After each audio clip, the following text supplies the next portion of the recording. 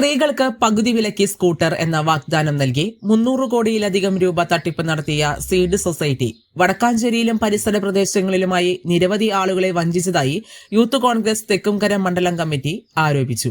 തെക്കുംകര, പുന്നംപറമ്പ്, കരുമത്ര എന്നിവിടങ്ങളിലും സമാനമായ തട്ടിപ്പുകൾ നടന്നിട്ടുണ്ട്. കാർഷിക ഉപകരണങ്ങളും വളങ്ങളും വിതരണം ചെയ്തുകൊണ്ട് ആളുകളുടെ വിശ്വാസം നേടിയ ശേഷം സ്കൂട്ടർ വാഗ്ദാനം നൽകി പണം തട്ടുകയായിരുന്നെന്നാണ് ആരോപണം. കുറച്ചുപേർക്ക് തട്ടിപ്പ് സംഘം സ്കൂട്ടർ നൽകിയിട്ടുമുണ്ട്. ബാക്കിയുള്ളവരുടെ പണം തട്ടിയെടുക്കുകയാണ് തട്ടിപ്പുകാർ ചെയ്തിരിക്കുന്നതെന്നാണ് യൂത്ത് കോൺഗ്രസ് പ്രവർത്തകർ പറയുന്നത്. വിവിധ ഏജൻസികൾ വഴി കേരളത്തിന്റെ പല ഭാഗങ്ങളിലും ഇത്തരം തട്ടിപ്പ് നടത്തിയിട്ടുണ്ട്. പണം ഇരട്ടിപ്പിക്കൽ തട്ടിപ്പുകൾക്ക് ശേഷം കേരളത്തിൽ നടന്ന സമാന രീതിയിലുള്ള ഏറ്റവും വലിയ തട്ടിപ്പാണ് ഇതെന്നും യൂത്ത് കോൺഗ്രസ് ആരോപിച്ചു. തട്ടിപ്പ് നടത്തിയ മുഴുവൻ ആളുകളെയും നിയമത്തിന് മുന്നിൽ കൊണ്ടുവരണമെന്നും തട്ടിയെടുത്ത പണം തിരികെ നൽകണമെന്നും യൂത്ത് കോൺഗ്രസ് തെക്കുംകര മണ്ഡലം കമ്മിറ്റി ആവശ്യപ്പെട്ടു.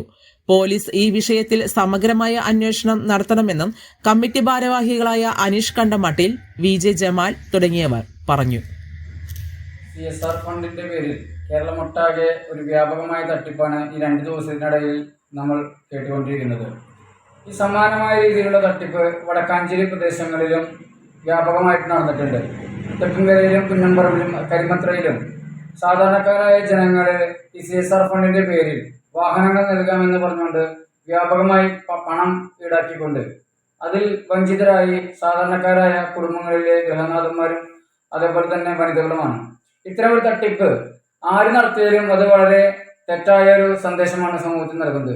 അവരെ നിയമത്തിന് മുൻപിൽ കൊണ്ടുവരണം എന്ന് മാത്രമാണ് യൂത്ത് കോൺഗ്രസ് തെക്കുംകര മണ്ഡലം കമ്മിറ്റിക്ക് പറയാനുള്ളത്.